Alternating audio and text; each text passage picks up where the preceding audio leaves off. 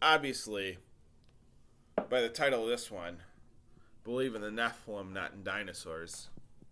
You're gonna want to, kind of figure what this one is.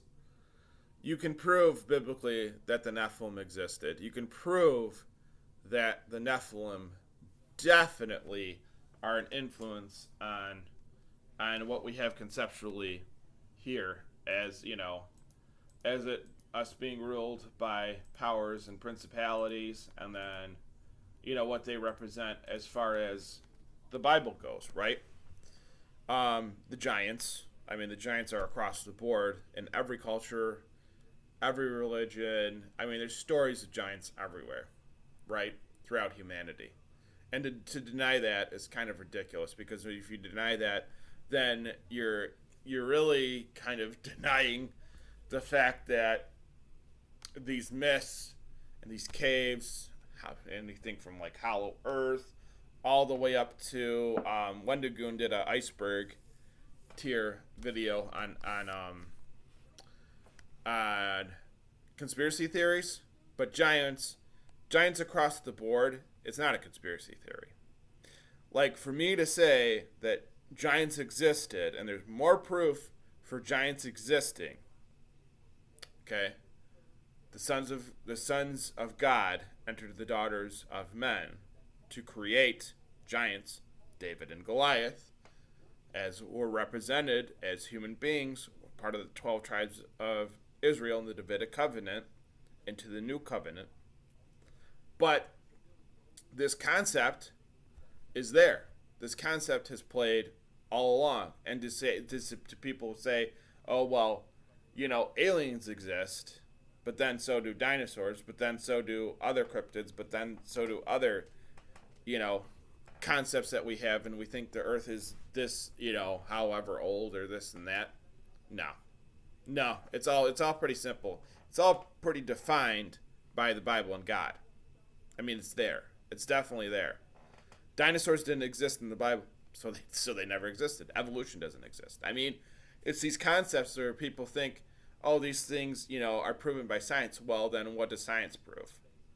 Does science just come up with more questions to these answers, or does it prove much of anything? I mean, sure, there's concepts and stuff, and obviously science is important.